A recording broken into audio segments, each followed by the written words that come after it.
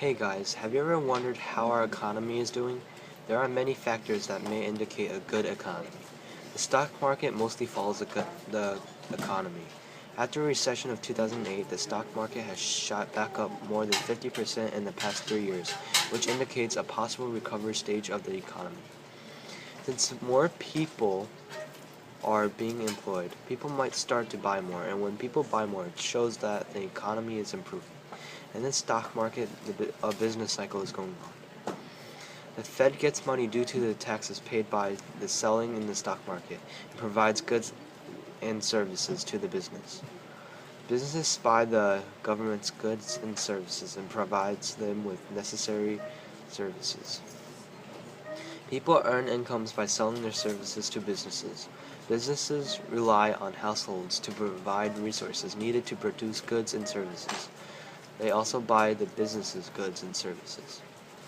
The recession of 2008 has led to the recovery of our economy. Banks tend to lower the interest rates once the economy is not doing very well. If banks decrease their interest rates, then people tend to borrow more and take out money from their banks. Once everyone has the money to spend, people start buying products, and the economy starts to turn around like how we are now. I'll tell you, our economy is slowly improving. It's at its recovery phase. More people are being employed and people might start to buy once they feel like they are in a secure economy. After the recession of 2008, more people are buying stocks. The Dow Jones Industrial has increased by more than 50% throughout the 3 to 5 year period.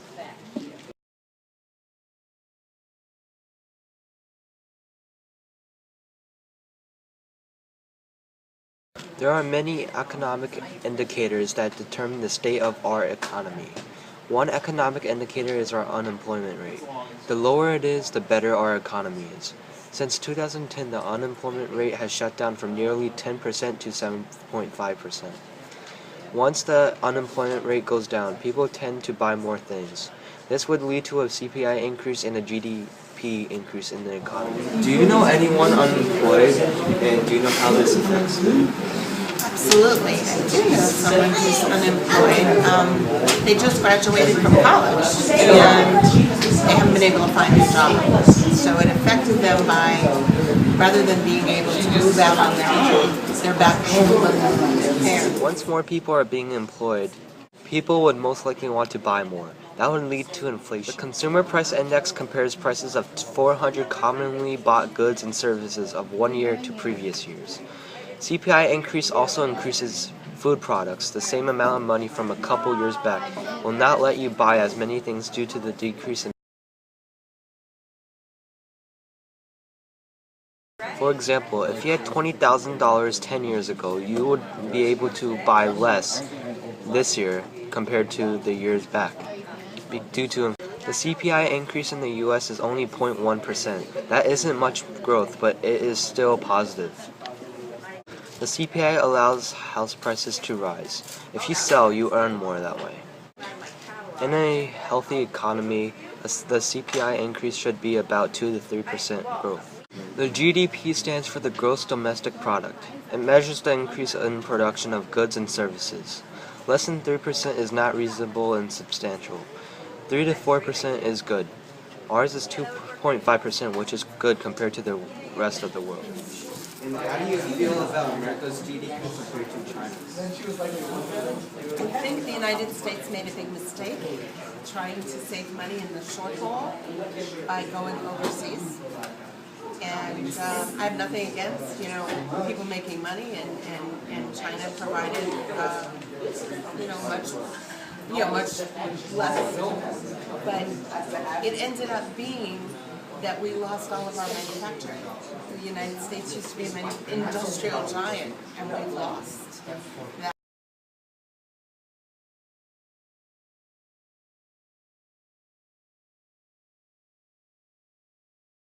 What are the possible causes for the economy we are in? There are many factors that have affected our economy. First is the decline of the housing market. Many houses have lost value and are below the amount people owe on their mortgages. When people couldn't pay their mortgages, it led to banks with a vast number of foreclosed houses. Millions of people lost their houses due to foreclosure. Another thing that has affected our economy is the unemployment rate. Over 13 million people have lost their. How do you think the housing crisis impacted our economy? People could not afford the houses they were living in. Many people lost their jobs. With loss of jobs, how can you afford a house? Okay, that's very hard. We have also the power that's used to heat and cool the house, the oil, the electrical by whatever means. It goes up, and people have to pay it, but they have to cut back. So if they can't afford, many houses were repossessed because of this problem. They had they were out of work. There was no use of their own money. They cut back on fuel consumption. So I say it makes a big deal because factories closes again. They don't have the money to pay for the energy needs to run the plants, or even a small mom and pop shop. They can't do anything but pay out the higher and higher.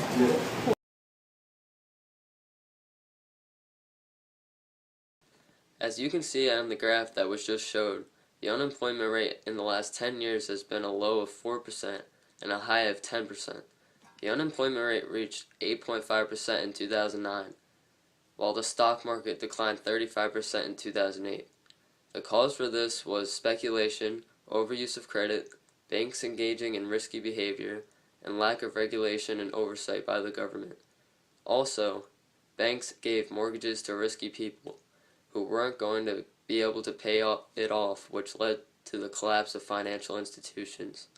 Furthermore, the wars in Afghanistan and Iraq costed billions of dollars. The wars in Afghanistan and Iraq have a bad effect on our economy. Definitely. It's geared to war. It's not geared to producing clothing at a reasonable price. It's not geared to helping anybody in the United States per se. We're going out there, we're putting our military money into military equipment, the military, research, and all that. And also, under Carter, we had a surplus of money. President Carter. When the Bush administration came in, we went and they left a deficit. And that year, 2007, was not an Obama year. It was a Bush. So with that, he went and pushed onto Afghanistan, into Libya, and all the Middle Eastern where it's fighting. Some of the things he said was true, many of the things, like the Great Bomb, no. But Iraq did try to assassinate his father. It's like his son president getting even for the father president. And this is money again, going into war. War is the big thing. They have all this. They're sending it, and we're not getting benefit. Millie Bays here with a special TV offer. Introducing the Economic Forecaster. The Economic Forecaster can tell you when to invest in stocks. It can tell you when the housing market will be good. It can tell you when to save your money and when to take it out so that inflation doesn't take away from its value. It can tell you when to spend your money. In other words, it can predict CPI. But wait, there's more. Call now and you'll get one economic forecaster for the price of 3. That's right, you'll pay 3 times as much for just one product. Just listen to some of our satisfied customers. I went from living in my car to living in my neighbor's. The Reserve has been putting a lot of money into jump-starting the economy this year, and has been working very well. In fact, the Fed has been spending $85.5 billion in bonds every month. But since the economy has been doing so well lately, they've recently considered stopping buying bonds monthly. Now this could possibly have a negative impact on the stock market, financial markets, and the economy. The Fed and other government officials are worried that this may stutter and trip up the economy and trigger a downhill of events. The government and businesses are trying to make important decisions at the right moment so it benefits the economy and doesn't end up hurting it. One thing as a nation that we can do to help the economy now is keep money flowing throughout it. We can accomplish this in many different ways. As consumers, we can keep buying products, American-made if possible, pay all of our bills on time, eliminate debt if we have any, put our money in banks, get a job in the labor force, volunteer for our community, etc. The government can do this by trying to pay off some of the $16 trillion of debt that we have the Fed keep buying bonds and other things, not stopping money flowing in businesses, the government, or with consumers, and so on. Signs that our economy is heading in a good direction is that we're growing about 2.5%, which is pretty good compared to the rest of the world. However, this means that some quarters will grow 3% while others will only grow 1%. Also, residential and commercial real estate continue to show signs of improvement, while demand was slower but still growing a little bit. Home values continue to rise overall, but they're still less than half of the 2005 peak of 76%. Strengths in consumer spending are now attributing to gains in household wealth. With rising home values and reduced debts, conditions continue to point toward improvement. Some signs that our economy is heading in a bad direction is that according to the University of Michigan Consumer Confidence Survey, an economic indicator used by economists, our overall level of confidence dropped from April to May. Also, in the past 4 years, consumers have predicted a 0% increase in their annual income, and they have been right. No one can say how our economy is going to turn out, but it is definitely clear that we cannot continue on our present course.